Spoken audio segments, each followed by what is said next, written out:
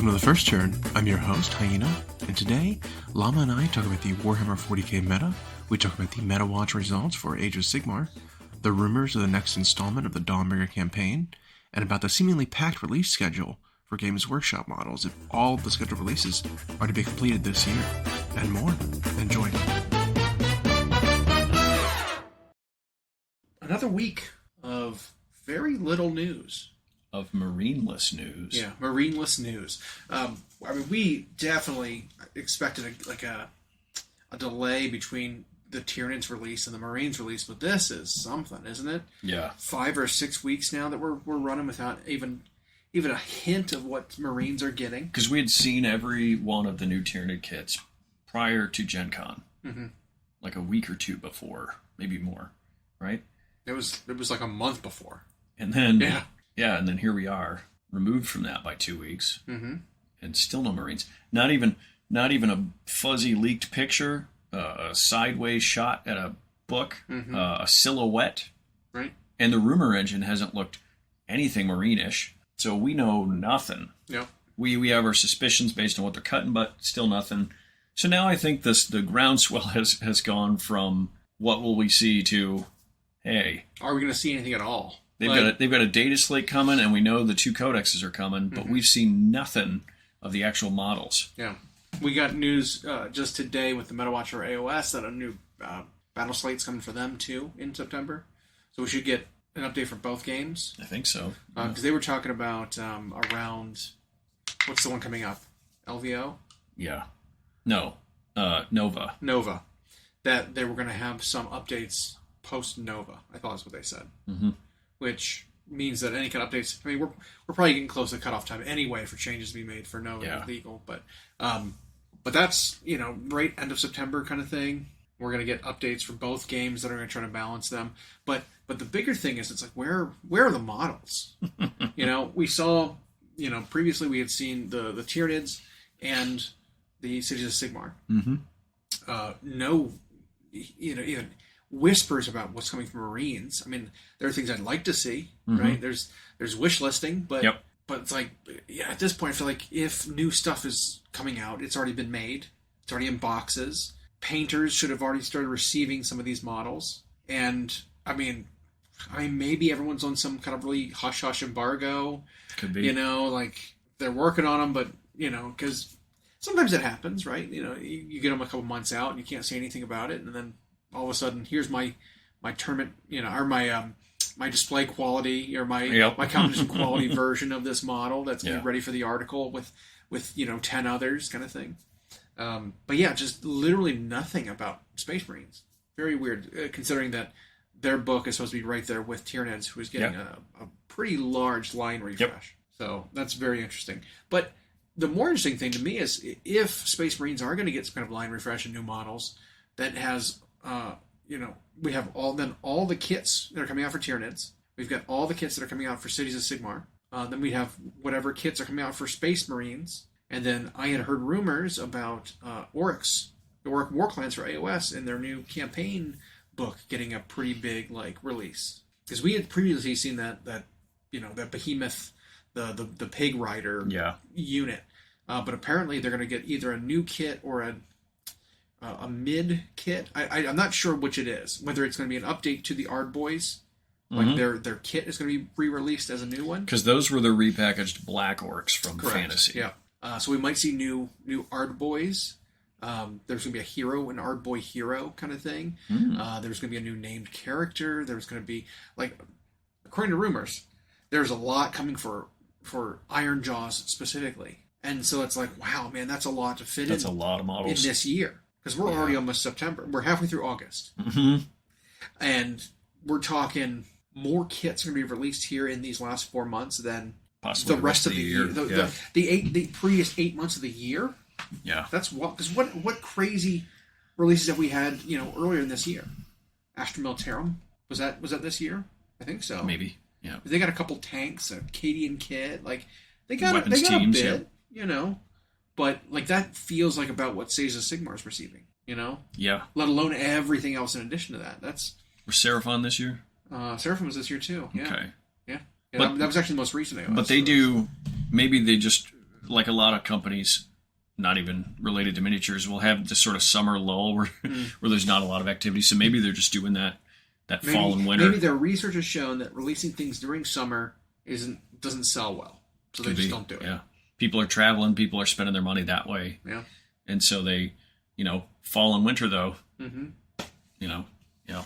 a good time to release a bunch of stuff. But we just haven't seen it. Nothing. It's interesting, and especially weird that the Tyranids got leaked and shown off and everything, but we haven't seen anything painted yet. We haven't heard about any of them like going out to painters. No leaks on that either. The only ones we've seen the painters do are the ones that come in the Leviathan set. And 6 weeks early is, I feel like this is about the time we would be seeing it if they were coming out in 2 weeks. Yeah. We'd start seeing them. Because they usually haven't done by now. Right. Yeah. And then whatever their NDA is that they can clear and start showing. Yep. It's usually a couple weeks before. We've seen none. And we've seen none of, like you said, the new Tyranids that were not just in Leviathan painted, other than people photoshopping pictures and here's how I'm going to do it. But when is the Cities of Sigmar release again? So we still don't know. We still don't know. So we know they've gone out because someone had gotten a hold of the starter box. That's why we saw the book last week. So apparently some of them are starting to go out already. Probably to the early access content creators and to get painted up and stuff. I've seen some of the models. I've seen some of like the footman, and then I saw one of the characters, the new general. Someone had painted up and put on Instagram. So they're out to the early access people. So I'm expecting here maybe a couple weeks. Maybe we'll hear this weekend, next weekend, pre-order cities. Because unless they're coming out before Space Marines, I'm just surprised we haven't seen Space Marines. I know. Because it's got to be September, I figured. But maybe they're having to do a balancing act with this much coming out and trying to find the best release windows for everything. But I also don't think they just wing it. They've had something figured out for a while, and just to us, it feels like a weird lull in the action. That little calm before the whatever thing. I think just release it all. Like, just no windows. Just as soon as it's ready, just release it. Stores figured out. Yeah, exactly. So, it's because there's the issue, right? Is if you stagger the releases, then a store with its limited capital, whatever, wouldn't have to buy thousands of dollars worth of products all at once. I know, like our store, we get a little bit of everything every time. Usually, we get up to whatever the allotment is, and sometimes it's not a lot. So, like the new Knight Lancer kit, that plastic Lancer, it was allocated 2. We could only get 2, and we did. And we sold them within minutes of getting them. One of them was pre-ordered. One guy came in and said, "Hey, you got it? I'll take it," and just bought it. So both of them went out the door as soon as they were out of the box. So I don't know, but with things like that, then it's like, well, I don't have to commit very hard because I'm limited with how many I can buy anyway. Like obviously, like the Lion, for example, was that whole situation would have gone a lot deeper in with that if there were more available. Yep, but there weren't. So it's like, if all the products coming out are going to be limited, rationed, whatever, stores are going to have to get their maximal allotment anyway. They're not going to have to go like, well, I got to get 30 of each kit. Right. Because there's 3 different releases coming out simultaneously. I got 30 of each of them. It's like, right. Because if the Tyranid and Space Marine waves hit at the same time, and there weren't allocation or limited quantities on everything, you're asking a store to do a lot now. Yeah. You're buying potentially 2 huge. Well, because those are both very popular armies, and a lot of people are going to want them. And City's getting a massive update to give us finally an Age of Sigmar human contingent. Like that would be a big ask for a store to get all 3 of those within a couple weeks and to get a massive amount of each. I'm wondering if the Cities is going to be staggered, like most of them have been. The box it'll be on its own first. It'll be early. It'll be like a month before everything else, then stuff come out later. So I don't think you have to worry about that one. But are any of the Tyranid stuff, the new Tyranid stuff, coming out in a box set? Oh, we don't know that. Yeah. Is Space Marines, the new Space Marines, if they get anything, are they going to come out in like a Vanguard detachment or Combat Patrol, what do they call them now? I don't know. They're all going to just be separate. That's kind of weird. That's been a while since they've done that. Where it's like, here's this brand new thing. It's going right to kit. Yeah. There's no push fit monopose version of it in a box set first and then released later. Because most things they did do that way. Yeah. Well, I have to imagine both armies will get a Combat Patrol. Maybe it won't be right off the bat. I think some armies waited for theirs a little bit. Maybe it was just because they stopped calling them Start Collecting or whatever. Yeah, it could be. But then, if the Ironjawz rumors are true, when is that second book due? We don't know. The Dawnbringers 2? Fall. That's it. Fall. Yeah. And then, if anything new comes out for, say, Flesh Eater Quartz, where are they going to fit in? Mm-hmm. Because I had seen some leaked photos of some sprues that apparently someone had gotten a hold of for early things, and one of them looked like a Pegasus Knight, whether it was a character or a normal Grail Knight riding a Pegasus for Old World. Mm-hmm. They're cutting new plastic ones of those. Sprues to say, literally, Games Workshop 2023. Mm-hmm. So they've got to be brand new. It looked exactly like you'd expect. Yeah. And then I saw a sprue that looked like it's either a warband or it's going to be maybe a new unit, maybe a replacement for ghouls that isn't ghouls. Maybe there'll be bigger ghouls with armor and weapons. Maybe there'll be a separate unit, not just a straight replacement for the old ghoul kit. Right. Maybe. Expanding the roster. It definitely looked like it was ghouls wielding like pole arms. And, I could see it totally being like, here's your basic infantry. They're naked. They're serfs. They're the peasantry. Yep. Here are the men-at-arms. These are your, professional soldiers. These guys have armor. They've got weapons. They're better ghouls. And here are your knights who are riding their steeds, but it's really just a big quadrupedal, ghoul with bones sticking out of its back and everything. Because that's how they fancy themselves. They think they're riding horses, but they're just like the Crypt Horror, or whatever they call them now. The Crypt Horrors, or the melee ones with the bones and foot. So that kind of thing. So maybe this is just another unit that's delusional into being these are your actual soldiers. And between that and then the huntsmen that they're getting that they got for Warcry being integrated to the army, maybe that's enough. Sure. A new book, maybe a new hero. I mean, they got a new hero technically through the campaign, the little guy who's collecting the tides. But maybe there'll be, an elite infantry plus a new character plus, you got the scouty unit that's a monster hunter unit. Maybe that's, plus a book, that's all they're getting. Well, if the rumors of Ironjawz are true, it's exciting, even though I don't play the army, but Ironjawz are one of the first factions that were released in AoS, and like many, had a very dinky roster. Well, the only thing that was ported over, I think, was the Ardboys. Yeah. That's it. Everything else that came out with them was new. You had the Brutes eventually. You had the Mega Boss on foot. You had the Mega Boss on the Cabbage Dragon. The Cabbage Dragon. You had the boar riding cavalry. You had the drum beat guy. You had the weird wizard. All of that was new for AoS. But then that's where it stopped. Yeah, I mean... And that was very early AoS 1. Yep. Besides, Warcry warbands and stuff, they've got nothing new. No. Right? Yeah, it was like 6 units. It was a super small roster. And it reflected in their play. Whether they were competitively viable or not depends on which part of the game you're talking about. But it was always just like Gorgruntas and characters. And now it's like, if those rumors are true and they're getting that much expansion. I mean, it's not a ton, but an updated unit which could be entirely new, and then new character, all of that would be good for them. Mm-hmm. Well, it sounded like they were also getting some kind of a wizard. I don't know whether it was a unit or if it was just like another new character.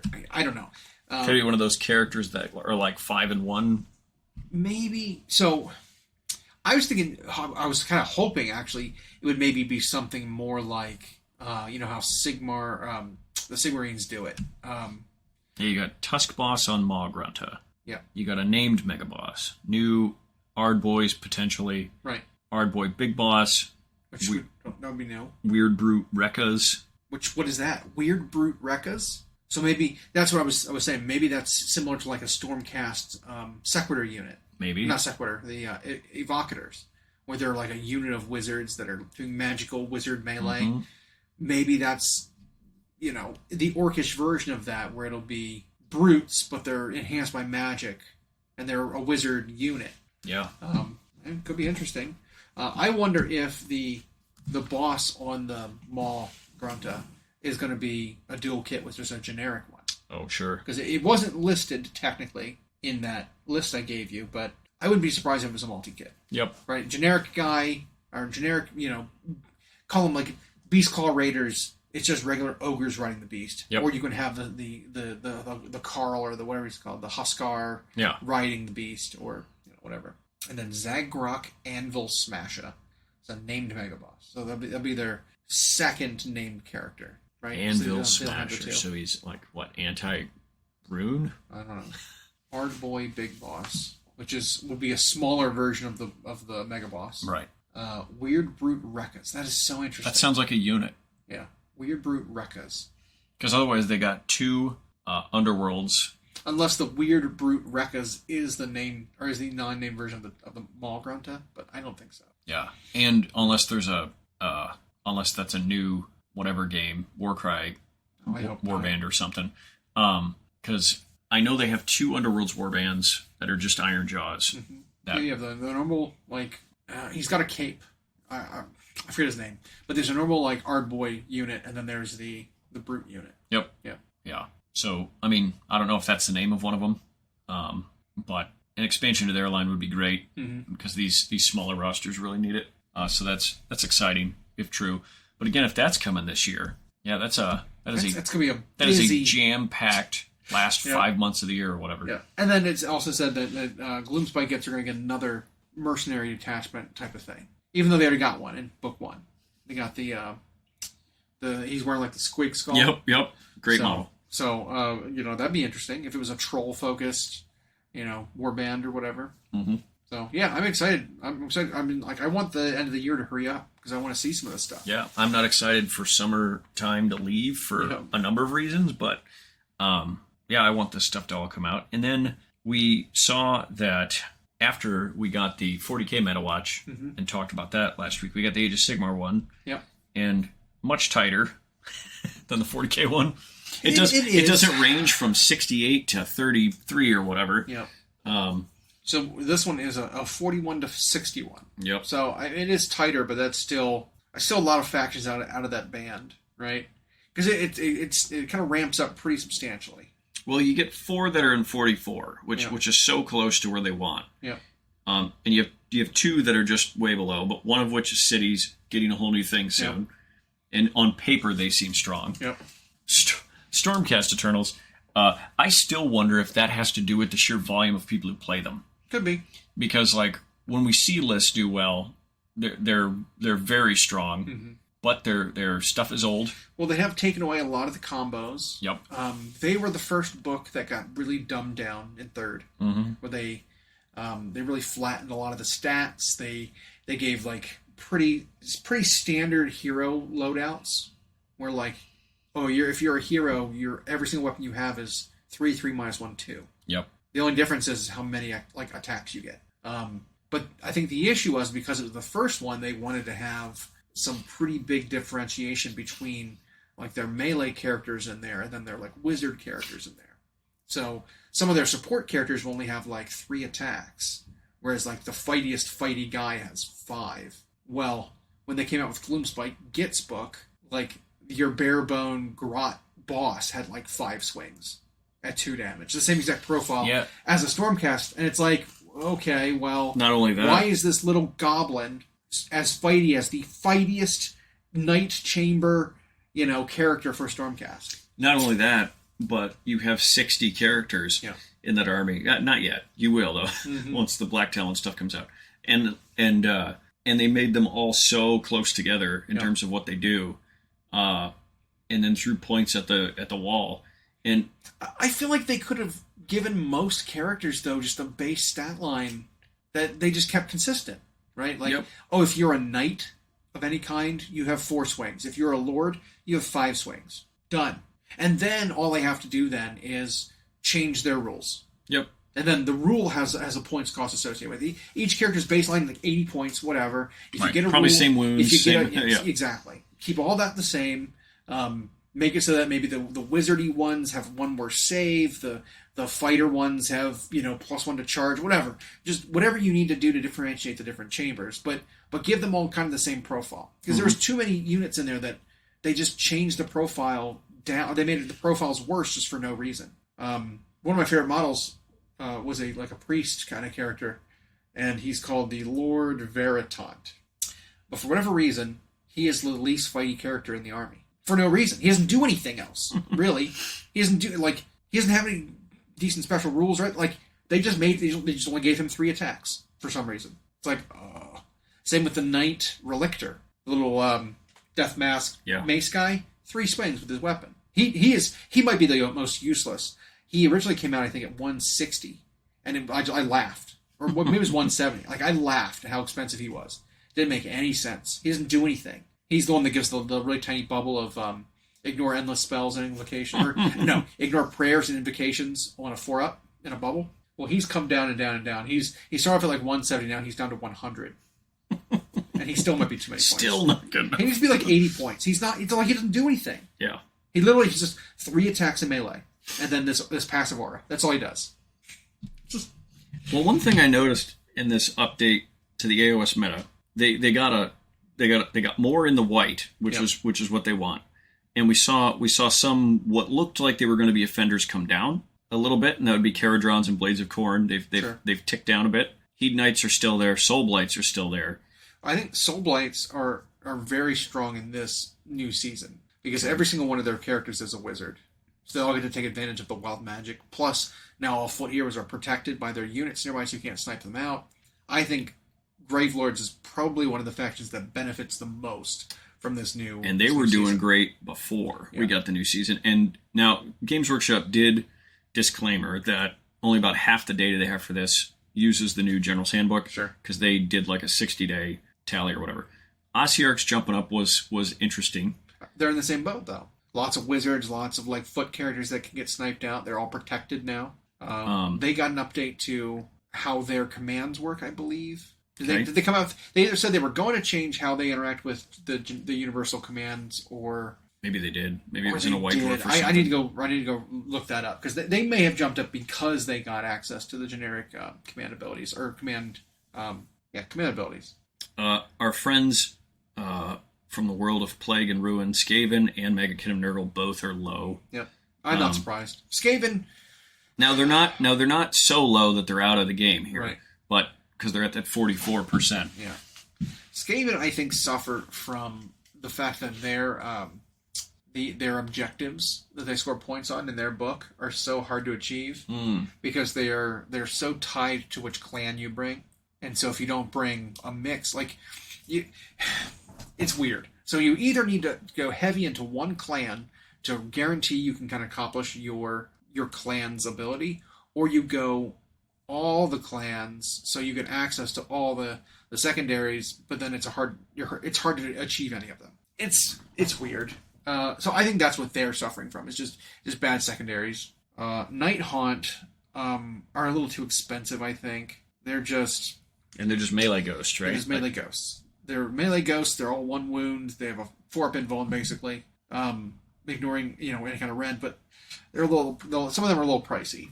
They specifically noted that some of the things in the new battle scroll and tour helped some of the armies like Orc War Clans, which you can see. I mean, they're now kind of in the middle, which is good. And then if their Iron Jaws are getting some new stuff, that may make them even sweeter. But I do like the attention that Age of Sigmar is about to get in light of being in a new edition of 40K. And maybe that's part of the quiet on the Space Marine front is they're also showing us this Legions Imperialis thing. They're showing us Titanicus stuff. They're showing us Age of Sigmar stuff. They're talking about the old world every now and then. And so maybe they just figure give some thunder to that stuff before the Marine. Well, because it feels like you say that, but it kind of feels like we'll roll up the B material because we're holding off on the A plus stuff. Do the B roll. Yep. Do your Titanicus releases. Do your fluff pieces on the new cities and that kind of stuff that we've already seen. Do a slow burn on that kind of stuff. Little fluff articles about that to fill up the days. So we release them every day before, because there's nothing we've seen recently has been like hammer drop. Nope. They had like a Blood Bowl character that I was half interested in, which I don't even think it was new. I think it's just now coming out though. That's correct. I have seen that model before. Yeah, just couldn't get him. Yeah. So it was like that, and there was like, oh, here's how we designed this character for Cadia's. And it's like, Ash Militarum was so long ago. Like, why are you just doing this now? That's bizarre. Or, like the Black Talon thing that just, came out of nowhere. It was like, oh, we made models for those characters from that Warhammer Plus show. And based on how they look, they've had those done for a while. Oh, yeah. And they look good. I don't want them. That's what I'm saying. But they're very polished in their look. Very strange. And that can even be people in their teams at Games Workshop being like wanting to try a new article type or whatever, and so they're giving it space, and because all that's kind of come into play. Yeah, but they're really setting themselves up for what'll be a potentially hazardous jam-packed second chunk of the year here. Well, I guess the assumption is that maybe people don't play all of it, so they don't need to get all of it. But some people do. Like, I want kind of a little bit of everything. Yep. I'm going to want some of those Iron Jaws, if the rumor is true. I'm going to definitely want the new cities. I'm going to definitely want New Marines. Ugh. Do you have Flesh Eater Cords too? No, I don't. Oh, okay. I have some, because they come as, like, enemies in a box set that's worth it. So I've got some sitting around. I know you have, like, a Terrorgeist or something sitting around, don't you? I have a zombie dragon. That's my Vampire Lord, right?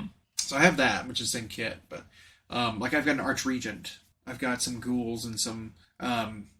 I picked up one of the box sets that had the Crypt ghouls, or the Crypt horrors in it, because it makes Crypt Flayers. Yep. Is that what they're called? No, Vargheists. The box technically makes units for two different armies. Three units with 3 characters, which I hope they change that. But the Vargheists are for Soulblight, and I think they're pretty good, especially if you're playing like what you call them, one of the Blood Knight essentially armies, because you can bring them, and they are vampires, not just undead. So they benefit from a lot of the buffs you get for killing units and models from the Blood Knight subfaction. That's another thing with Soulblights that I've seen is tournament after tournament results roll in, and where they're achieving, I'm not seeing that it's just one list from that army. Yeah. Or just one subfaction even. Well, they also they nerfed, and it is, I'm gonna call it a nerf, because they made a change, but they made the faction way worse because it needed it, because the Vrykul dynasty was just oppressive, because it gave you like free rerolls to all your casting, and then like you could summon wolves from their named characters and everything, and reinforce your army out of nowhere. Like it was oppressive. Our buddy Rhino ran a 1,000 point list in one of the events earlier this year that was just all dogs, and it's so many wounds to have to chew through that like you can't do that. Yep. You can't do it at 1,000 points. It's too many wounds. Yep. Too many wounds with decent saves and decent. He played that at Adepticon, didn't he? Yep. I don't know. I don't think he lost, but it was 90 some wounds in 1,000 points. And then you could summon an extra like 30 wounds worth. It was crazy. It was difficult. But some of that stuff is changed. So like they don't automatically just reroll with bonuses to cast anymore. The summoning wolves isn't tied to a named character anymore. Now it's just a unit's ability. But they took away the command ability that lets you do it. So it's like it's a trade-off, and I think it's also a heroic action now. So you have to give up your heroic action to do it. It's like muster more wolves, and it's once per game period. So changed it, made it worse, but made it more balanced, which I'm fine with. But overall, yeah, that's them being at 61 as our top dog. All the puns intended.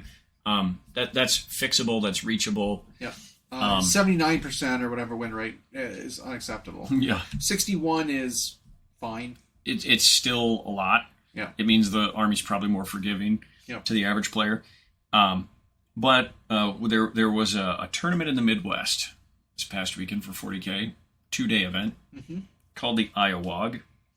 And it's become quite a thing because they filled all 64 slots. Like instantly. Yeah, and there were 3 no-shows, so there were like 61 players. Was won by a guy playing Eldar. No surprise there. Yep. He's a very good player, and he's playing the best army in 40K right now. They might be a little better than Soulblights are in AoS. I would say so. Yeah. But it's still not the worst thing we've ever seen. Those of us with long memories, deep memories, I should say, have seen worse. But if there is a chapter-approved data slate on the way, What specifically for Eldar, besides just points, do you think they will address versus what you wish list they would address? What will they address? Well, my biggest changes I think I want are to the core rules. Okay. Like that's the biggest changes I want. I don't think they'll go that far. But like I said before, my biggest thing is once you're firing weapons out of phase, unless you have a special rule, you shouldn't be just like, oh, minus 1 to hit, or whatever. Like, it should be straight up, you do not get access to any of your critical effects, and it's only on like hitting on 6s. Kind of like Overwatch is. But Overwatch triggers critical hits, which is insane. Yep. It shouldn't. Yep. If you need to hit on a 6 for Overwatch, you should only hit. You shouldn't trigger your lethal hits and your sustained hits and all this. Devastating wounds. It's like no. You shouldn't get any critical hits, no critical wounds on like Overwatches or return fires or stratagems that let you shoot. It should specifically be like in your shooting phase when your unit is dedicated to doing their shooting attacks. That's when you get your critical effects. Call it something. Like if you're bringing back terms from previous editions, this was called snap firing, right? Back in 6th edition, you had to snap fire at planes. You had to snap fire if you fell back. You had to snap fire if you went to ground, which gave you a cover save. And the only thing that would change is your ballistic skill became 1, which meant that you needed 6s to hit, period. I want that kind of thing back. So if it's like, the Wraith Knights are returning fire because they got shot at. Oh, the Wraith Guard? Yeah, the Wraith Guard. Maybe make the return fire snapshots. So if you do need those 6s to hit, fine. It doesn't feel so bad anymore. And then they do roll, fate dice those 6s to wound or whatever. They aren't devastating wounds at the same time. So you don't just get mortal wounded, taking more damage than you're dishing out. Yeah. They did fix the Wraith Guard already by taking away pistol from their weapons, so they can't just like shoot you. If you charge them, they can't. You could like get shot at, and then you move up, and then they overwatch you, and then you charge them, and then after you attack them, they shoot you in combat. Well, with no penalty. There was basically a range of engagement where they were going to shoot you like 4 times. Yeah. And there was no getting out of it. Yeah. Crazy. But yeah, they did mend that a bit. But we've seen the army still moves great. Yeah. Shoots great, fights great, casts great, does everything great, and is randomly kind of durable. Mm-hmm. I don't like how all the Eldar characters are as cheap as they are, and they just do way, way more. Oh, yeah. Especially like... And it's not even like the unit they're attached to. Because that's the kicker. They can be attached to one unit to be safe and provide a buff to them, and then use their psychic power to buff another nearby unit. Those were quotes he just made, by the way, for listeners. A psychic power, which isn't... There's no psychic anymore. There's no real chance of failing it or stopping it as an opponent by denying it. It doesn't exist anymore. And so it's just a little too reliable and too powerful for how reliable it is. But like I always, bring up the freaking captain in Space Marines. I know Space Marines are not good right now because they got a book coming. Yep. There's probably massive changes coming to them. Yep. But if you look at a captain in a Space Marine, in the Space Marine Index right now, he didn't do anything. Nope. Like, he's not very fighty. Nope. No, he's got 5 attacks at strength 5. Like, who cares? If a captain was like base 8 swings, then I'm like, now we're cooking. Mm-hmm. This is a fighty Space Marine. Excellent. But he's not particularly impressive in combat. I think maybe he has 6 swings or something. But it's not impressive that way. He doesn't provide any real benefit to his unit. Like, what's he do once per turn? Is it once per turn, once per game? He can use a stratagem without costing a CP. So essentially, every captain adds +1 CP to your army that you're going to use on his unit. Right. And then period. That's it. That's all he does. Right. They seem to have structured so far the Eldari to like play with all editions of the game. Right. They seem like the Eldari are going to be they're future proofed.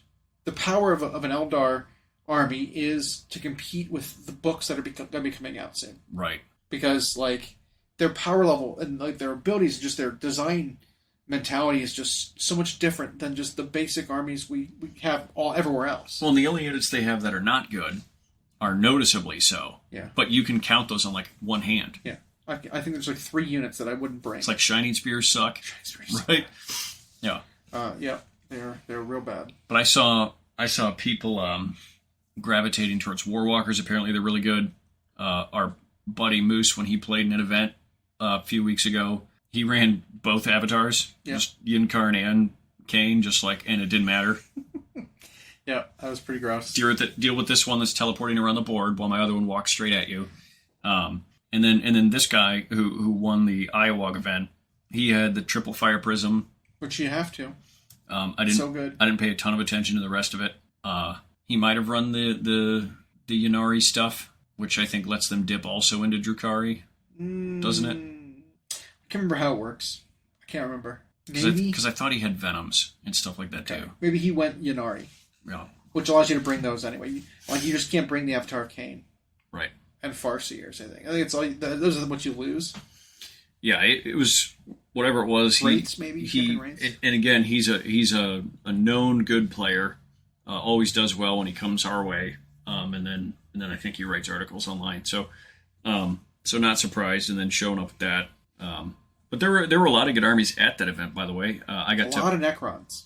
There were like eight or nine Necron players. Yep. But they're real good right now. They're not winning at a above 55% rate, but not a ton of armies in 40k are. And but Necrons, they actually play the way you imagine them. Mm-hmm. Impossible. Just that old Dawn of War video of the Marines thinking they won, and then once they're out of formation, the Necrons start standing back up. Mm-hmm. That's what they do.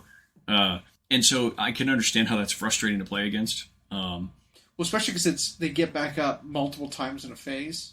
If you use resorbs and stratagems and stuff, basically, if your shooting doesn't do well, you're healing the unit by shooting at it.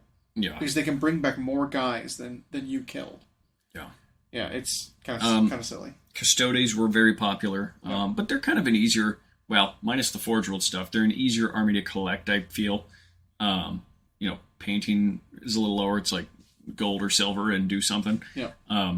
But I got to take part in some of the painting judging, which is always fun. And then Knights were pretty popular also, variations of Knights.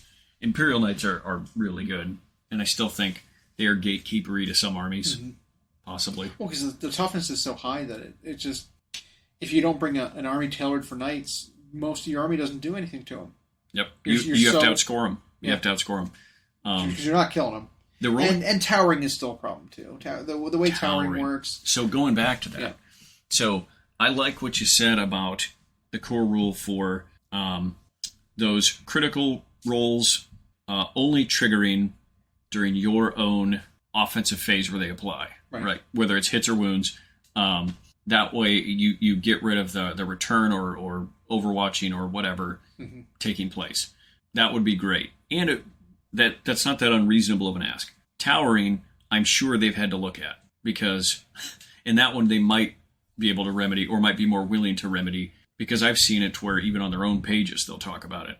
Yep. They'll talk about towering. Well, because it is a problem. Because while we've been adopting a method of terrain deployment where you get, based on the scenario you're playing, your table edge marked by the card it begins your table half. You get to deploy your own set of terrain, alternating with your opponent, with some restrictions of distances apart from one another, not too close to the board edge, that kind of thing, in order to set up the most ideal terrain setup that you can for yourself. Each player gets to do that. So in case the opponent does have something towering or something, you have the best chance that you have of defending yourself against it. But it's not perfect, and it's... Yeah.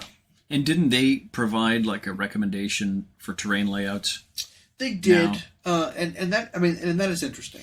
Mm-hmm. But it takes the agency away from the player, allowing within the setup of the game for you to deploy your own terrain means it's just another level of chess. Okay.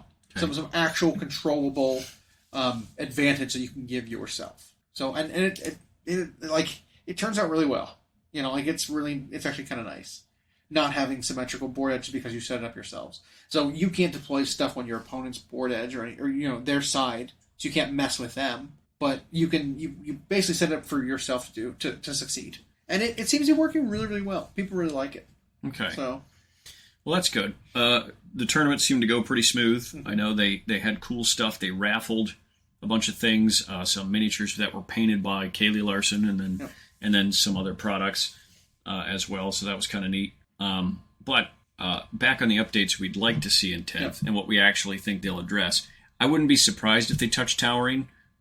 I unfortunately don't think they're going to touch that idea of changing return fire and stuff like that. I know they won't. I wish they would, because I agree. I think there are some players that can even build armies that just ultra take advantage of, well, all I need is 6s and I trigger, trigger, trigger. Like, yeah. And then how blast interacts with indirect fire specifically is still a problem. They increase the points on some things that have indirect fire, but it's just when you have it, it's so efficient, that it's like, which right there is the opposite of what it should be. Right. When something has indirect fire, meaning it's guessing, calculating, and launching, it shouldn't be so efficient. Yeah.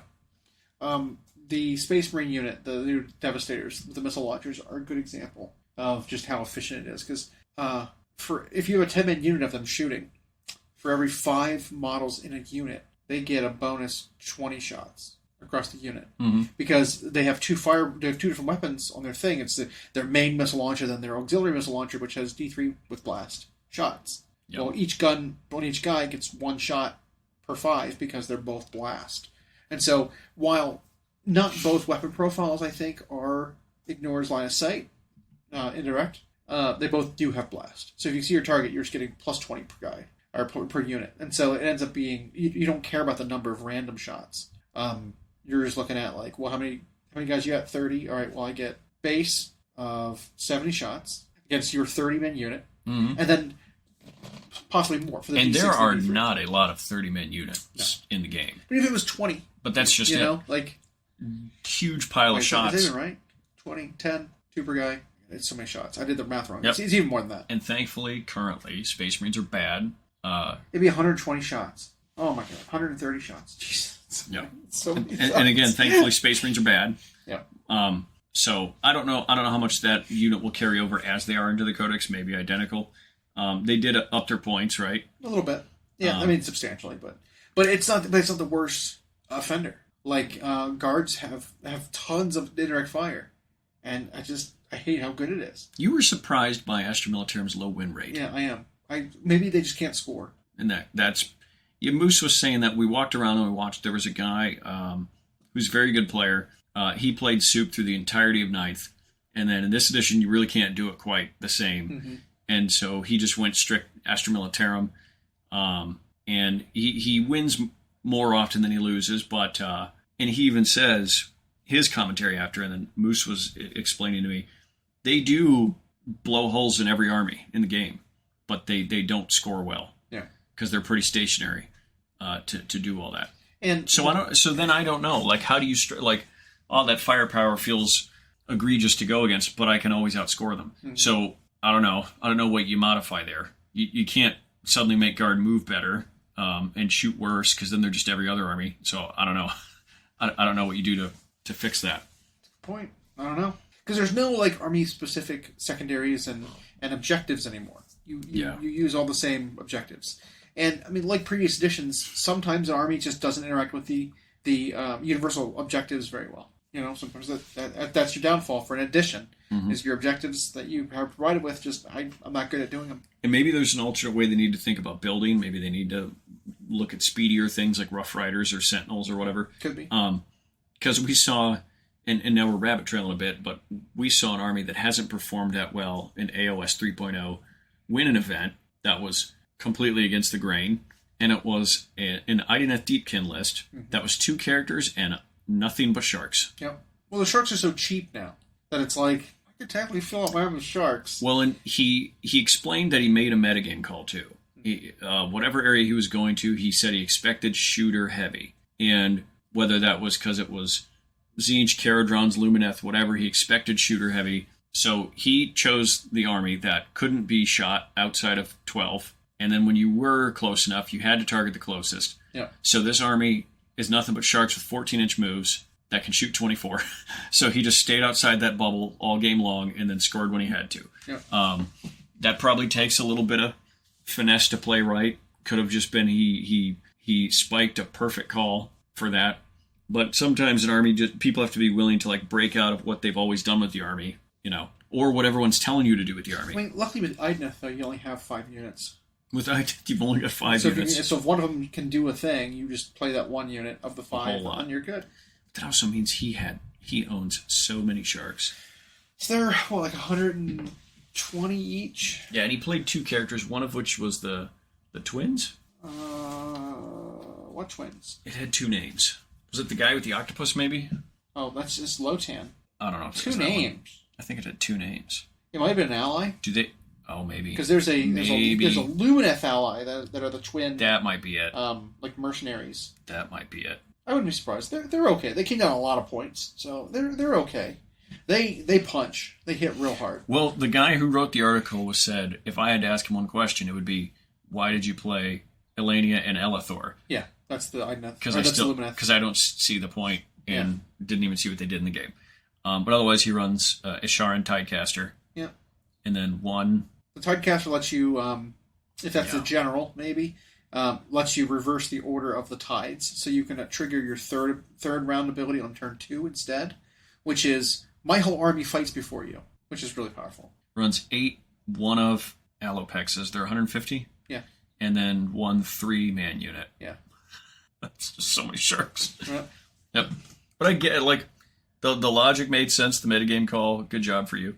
What I would like to see, I guess, in the balanced data slate, or what I think they'll address, I think they'll do points, because that's just the easiest for them.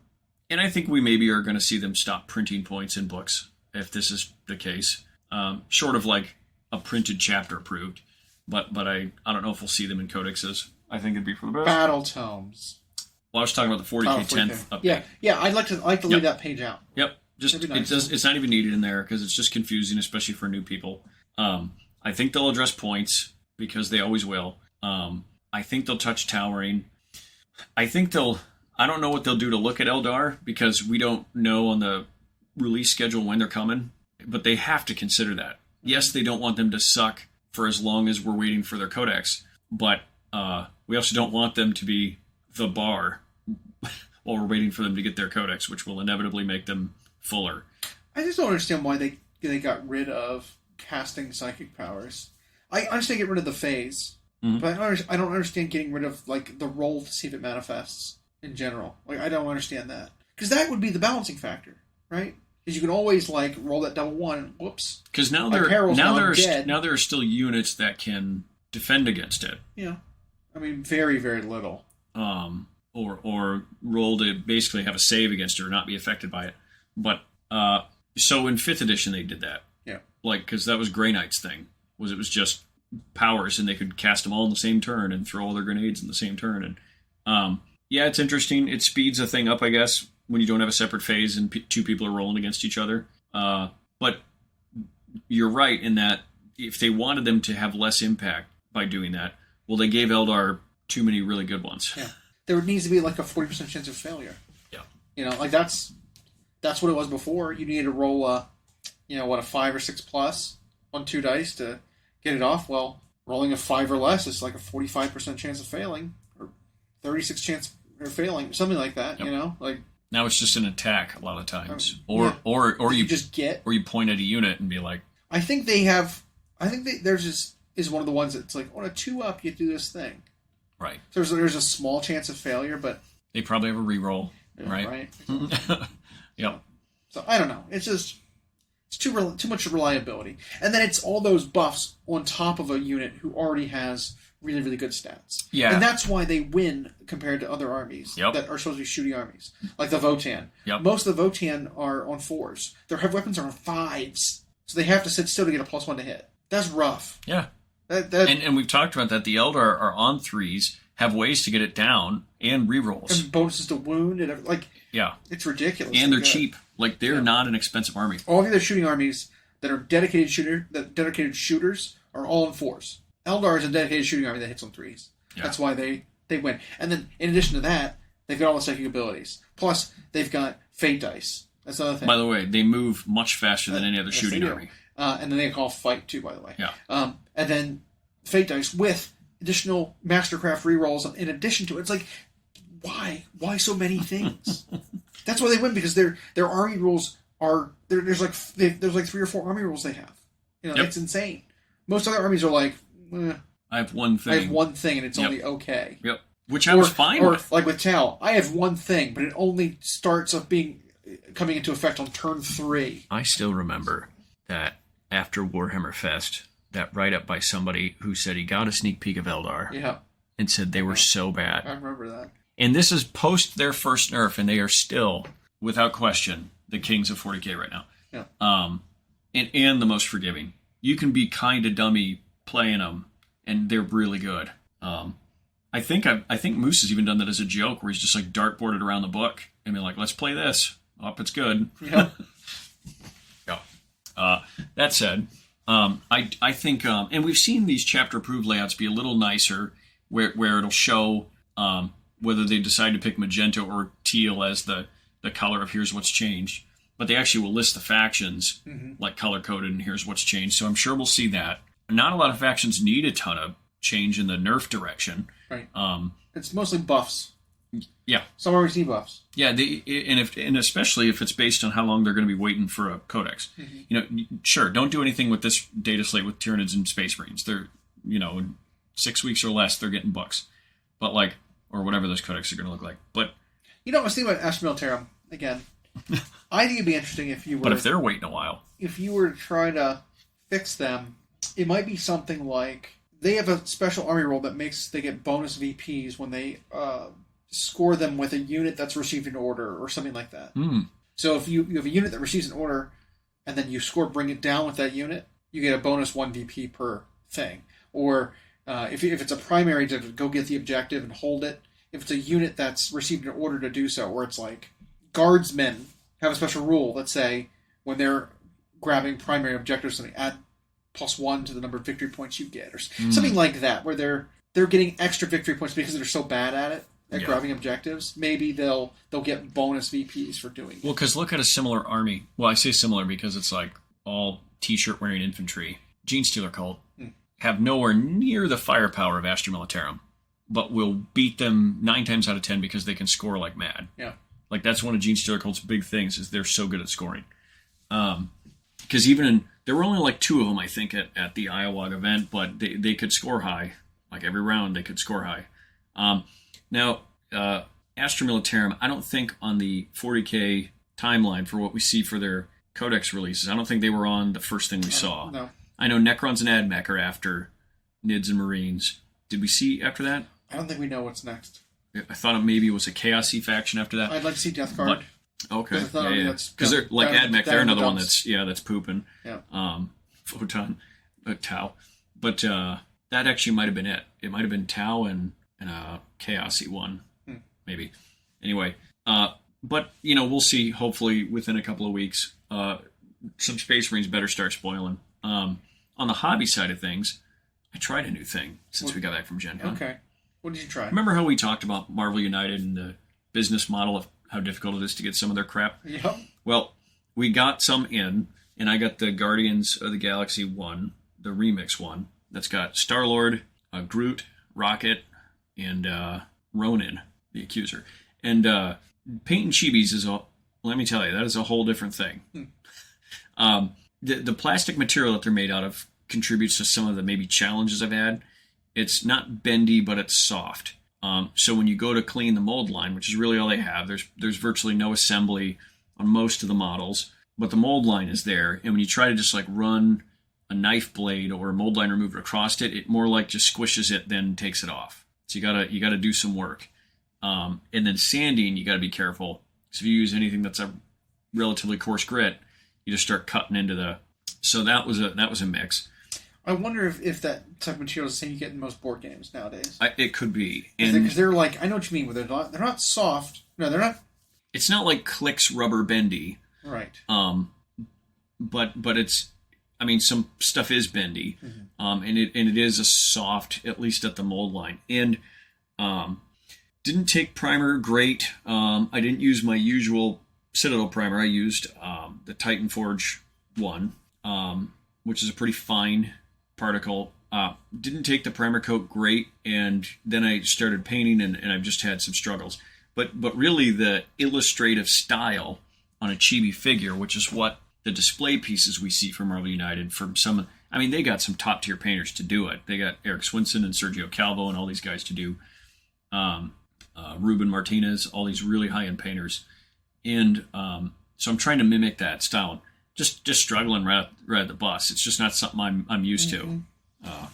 So it is weird because it's like, wow, no blending. Are you sure? Yeah. So you gotta be careful about color choice because you need to choose the right color to do a solid block. Yeah. And then, if you choose the wrong shade, the gradient that you're creating in these steps isn't going to look right. And when I watched, because Big Child Creatives, the studio, did a lot of work on the Marvel United stuff early on, like 2 years ago. And you can still find some of Ruben Martinez's painting videos. One of which he went really in depth was with a Yondu. It looks real good. And there are some spots that you blend smooth, and then a lot of spots you do a line. And so watching how he chose colors for that and have it look how it's supposed to is just different than how I think of normally painting a miniature. A quick example, and we'll move on. When he was shadowing the blue of his skin, of Yondu's skin, on a smaller miniature that doesn't have a big exaggerated chibi head, when you're not doing an illustration style or a comic book art style, you might choose anything to shade the blue. You might choose a red or something because it'll look darker than blue itself when you put it against it, and then you might highlight without getting warm and having it look yellow. He did interesting things by taking the same blue and going opposite on the color palette, picking orange and mixing them. And so it would just make a duller blue that looked like shadowed blue. And it was like on that big surface, that big round exaggerated head, it just looks spectacular. Worked exactly how he wanted to. And he played on the palette a bit to figure that part out. So yeah, it's just like learning a whole new thing. It's like many of my skills do not apply. And so I have to, other than like brush control. And so I have to like learn a whole thing, but that's fun. And at the same time, I'm also painting at least just the head for now of the Titan of Body creature caster. So now I'm doing a scale figure. You've had that for a while. I've had it for a year and at least, and I started painting the head, and so that's a scale figure, which is super different from a chibi, both of which are different from standard 28 millimeter miniatures. So so I'm working on two things I'm not that used to. What scale is Titan of Body? Titan of Body might be, well, if he's supposed to be scaled to the other large monsters, which are supposed to be scaled to the miniatures in their game, I don't know. I thought he was still a 28 mil, but he's just a giant. Well, I think their game is like 32 mil, and he is just a giant. Okay. But that makes it, the detail they put on him resembles like a human in a 75 mil war figure kind of thing. Because they didn't make anything on his base look tiny or anything. It's all stuff that fits him. And so that's different because you've got way different surface lengths and stuff that you're trying to cover. And so a lot of the same tricks don't work, or you have to stretch them out wider. You need a lot more layers of paint on them to get it to look smooth. Yeah, it's I don't know why I decided to take on two wildly different challenges at once, which has slowed down my Dark Oath. Just stretch your brain in two different directions simultaneously. Yeah, and so then I'll look at the Dark Oath guy and be like, oh yeah, I'm still working on him. But we really, Moose Knights in particular, wanted to really try these chibis just because the way they painted those up, that's such a cool style. Yeah. And we like Marvel characters. So are you really going to try next year? Are you starting right now to try painting competitions? Well, have a worthwhile at the Gen Con competition, we learned there is a chibi category. Oh. And I didn't even know that. Like when I was reading the category, I probably just didn't scroll down one more. And there were not that many entries, and that's not the reason you do it. But it's like, well, that's something I haven't tried. Mm-hmm. So why not? Why not give that a go? And these models, you have hundreds to choose from if you can get them. Yeah. And then our group gets Best Creature Caster at least the last 2 years. Yes. So we can continue that tradition. Both years we've entered, our team has gotten Best Creature Caster. So, so as far as Titan of Body, maybe if he'll be done by then, he might be a several 100-hour project. But I also have some smaller ones of theirs. You could take the Titan of Body and cut off his arms. Make him just a bust. Make him a bust of the Titan of Body. Yeah. Because that would be interesting, at least, wouldn't it? Yeah. If you entered that under large or creature caster or whatever, and it was just the bust of the Titan of Body, that's different. Right. Or you make it just like his arm holding the sword and then his like torso, Right. and then the sword cuts off at the bottom too. Right. Where his torso A cuts off. classic bust. Could be cool. Yep. Then you'd ruin the model, but it would be at least be different, you know? It would not be something that they've seen before. Right, because as soon as that model came out, it was popular, and then people couldn't get it. But then when we went to the Resin Beast at Adepticon, there were a bunch of them entered because he is popular. And you're right. How many times can they look at big naked man with blue or purple filigree and a sword? So that would be an interesting take, to do him like a bust. Would also speed up the project, right? Mm-hmm. I mean, we saw Andy Wardle get away with that with Glutos, right? You get rid of all the junk around him. Exactly. Just paint him. He's not going to play it in anything, so yeah. I think if done correct, it's artistic enough. Yeah, absolutely. But the other weak categories, I think, are large, because it's so much work to paint a large model, and then do it to a competition standard. Mm-hmm. And then Gundam was a small one. Yeah, and that was another category I wasn't. And our store actually has quite a few of those. So we do. We seem to get those Absolutely. in. There's been a weird demand for them. Mm-hmm. None of them will move for a while, and then someone will come in and buy a whole bunch of them. Yep. Yeah. So maybe all that'll work for next year. I have to also think of Adepticon if I'm going to enter. If I'm going to enter Resin Beast, if I'm going to enter Golden Demon, if I'm going to enter, I won't enter P3. But you could do P3 with your new I'm not gonna Magnus. They don't have one anymore. They haven't been even hosting one. They did at Adepticon. Oh, did they? Yeah. Okay. Yeah, maybe. I think they only give credit now, but they used to give cash prizes. But we'll see. See if I'm feeling up to it. Yeah, it's a pretty big model, though. Yeah. It'd be a pretty tall order. Tall, stacked, like a double cheeseburger. Yeah, I could eat. I could go with one of those. It's carnivore. Thanks for listening. We hope you enjoyed.